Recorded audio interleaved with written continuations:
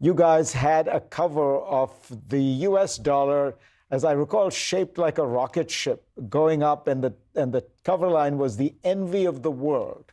What has changed in this short period? The administration has changed, and we have a new administration engaged to remake America's foreign policy, to completely transform its economy, to attack independent institutions, law firms, universities, the Federal Reserve Chairman. And that's led to massive shocks, a massive geopolitical shock, but most importantly, as Ken Griffin said, a dramatic economic shock in the form of the tariffs, a huge self-inflicted wound. Ray Dalio does an amazing interview where he sets the record straight on this CNN show with Fareed Zakaria. Also who chimes in is economist Zanny Beddoes, who makes her claim on the left-leaning narrative on how what Trump's doing in tariffs are bad. But if we listen to Ray Dalio sets the record straight on what needs to be done and what the actual narrative should be moving forward, this is a good one. Hope you like the video and subscribe. This is going to be a good one. In October, you guys had a cover of the US dollar, as I recall, shaped like a rocket ship going up, and the cover line was the envy of the world. And today, this week, you have a badly damaged American eagle looking like it needs, restorative surgery on many fronts. What has changed in this short period?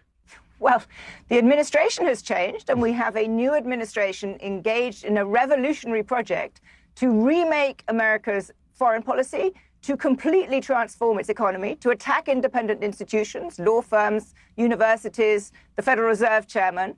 And that's led to massive shocks, a massive geopolitical shock, but most importantly, as Ken Griffin said, a dramatic economic shock in the form of the tariffs, a huge self-inflicted wound. And so suddenly the United States, from being an incredibly successful economy, which is what we were highlighting last year, has put these enormously self-inflicted wounds and is becoming a place where outsiders look and think, is this a credible economy? We can't predict what's going to happen tomorrow or the next day.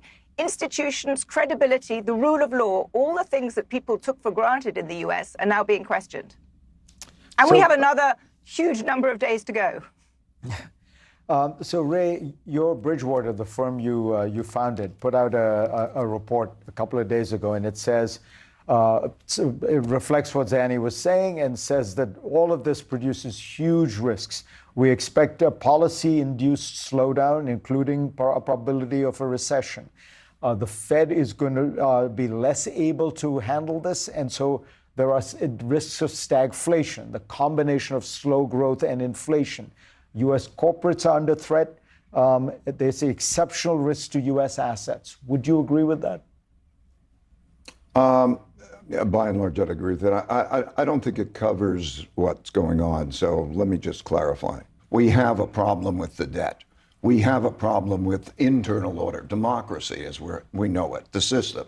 We have a problem of a geopolitical order, rising power, challenging an existing power in that global environment. These things exist as the backdrop of this set of circumstances. Now there's been volatility. There's been, yes, in my opinion. I guess what I'm trying to get at is you seem to be reluctant to comment directly. No, I'll comment directly. What are the effects of the Trump administration's policies in the last 100 days economically? The effects of those policies economically is to bring to the surface issues about the polarity that exists.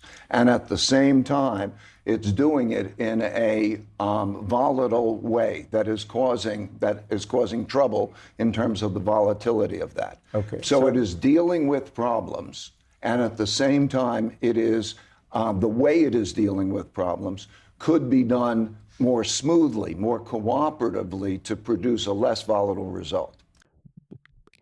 Fareed Z is interviewing Ray Dalio here, in which Ray Dalio is one of the best and has the largest hedge fund in America. And Ray Dalio has been talking about the economy for the last 20 years in ways that are historic as far as the intelligence being put forward. And he says in this particular interview, listen, based upon your question, this doesn't really cover the problem on what's actually going on. And as Ray Dalio goes to explain, Fareed V interrupts and says, you're circumventing. And Ray Dalio says, no, I'm not. I'll answer it. And Ray Dalio says the policies that are putting forth to deal with the issue are necessary. Even though they could be done in a way that's more smoother, they are absolutely necessary. And these answers that Ray Dalio is giving are in stark contrast to the female, Zanny Beddoes. She has a very different opinion. And as we go forward in this interview, we're going to see the stark contrast. But Ray Dalio is giving an excellent answer here, and we're going to see what Zanny has to say as this interview continues. Zanny, let me ask you. You said we're still not out of the woods, and is because many of these tariffs have just been paused.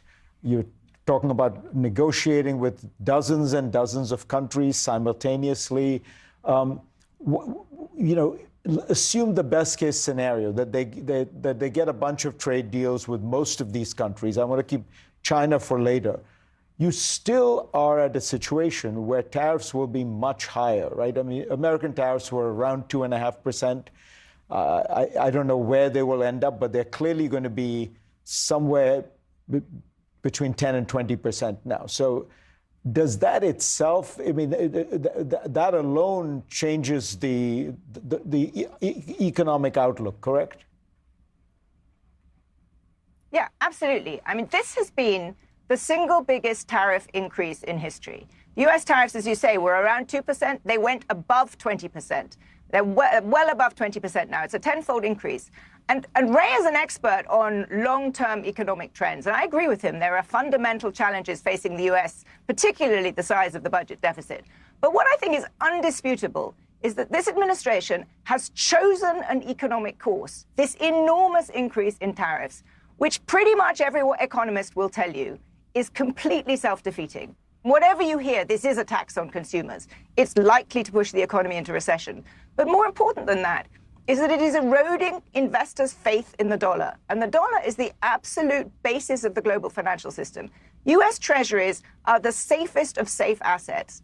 And what we've seen right now is that in the last few weeks is that investors are worrying about U.S. assets because you're seeing the stock market fall, you're seeing bond yields rise, bond prices fall, and the dollar fall. And that kind of simultaneous falling of pretty much every asset is something that you can see in emerging markets when they have a crisis. But it's not what you expect in the United States. And because the United States, as Ray has written, is sort of at the basis of the global financial system, that is what is seriously dangerous right now. We could, at some point, and I'm not saying it's necessarily going to happen, but there's an uncomfortably high risk that we have a serious dollar crisis as investors move out secularly of U.S. assets. And that would be catastrophic, even worse than the impact of this enormous tariff increase. And frankly, all of that is, to me, the wrong medicine for the problems that the U.S. has. I happen to think the U.S. economy is in much better shape than many people do. But with this self-inflicted wound, it is really hurting itself and causing potentially enormous damage to the rest of the world, too. So this woman, Zanny, absolutely positively has no idea what she's talking about. She's just making up things, and this is why this is important, and you need to know it. She made a lot of claims that historically, the United States have had 2% tariffs on other countries, and now it's approximately going to be risen to 20%, and this is somehow going to be negative and affect Americans in a negative way. That's absolutely stupid. The fact that we've increased tariffs on other countries is going to allow America to have more income than we've ever had before. 2% as a tax rate on all the countries has allowed us to make no money on trade, essentially. And the fact that we've increased it to 20% is going to cause us to have a dramatically rise in income for America. And the fact that she's saying this is harmful, this is going to go to this is going to be charged to the American. Oh, yeah, it is going to be charged to the American in a positive way because things are going to be much more beneficial. So all that of what she's saying is a complete lie. I don't think she understands what she's saying as an economist. Next, she says this is going to cause a recession. No tariffs as of right now have been put in play that are showed to be harmful at all. They're in negotiation steps. They're talking it out and they're going to go through it. The only one of these tariffs, as far as countries that we've kind of kept in play because they're not playing by the rules, they don't care, they are preaching Mao, Mao, Mao, never surrender, is China. And she's just doing a lot of fear mongering. She doesn't seem to know what she's talking about. At the end of the day, when you look at the strength of the dollar, what she says is getting weaker. She has no idea what she's talking about. When we compare the dollar versus China, the dollar has stayed stable. When you compare the dollar towards the Philippines, Thailand, all these other Eastern countries, and a lot of other countries, the dollar has stayed stable throughout this whole entire period. So what she's saying is a lie. She doesn't know what she's talking about. The market has been sideways completely this year. It has been up and down, but as of right now, it's only been down 5% since January. And as far as when the tariffs were put in play and when they have been talked about, the market has recovered significantly since we've even started talking about tariffs. So the fact that the market is being hit with terror from the conversation of tariffs is a lie. This woman is just fearmonger. She has absolutely no idea what she's talking about. She is ridiculous. And that's why you got to be careful with these CNN hosts and pundits because they don't know what they're talking about. I hope you liked this video. Make sure you liked and subscribed. I'll see you on the next video.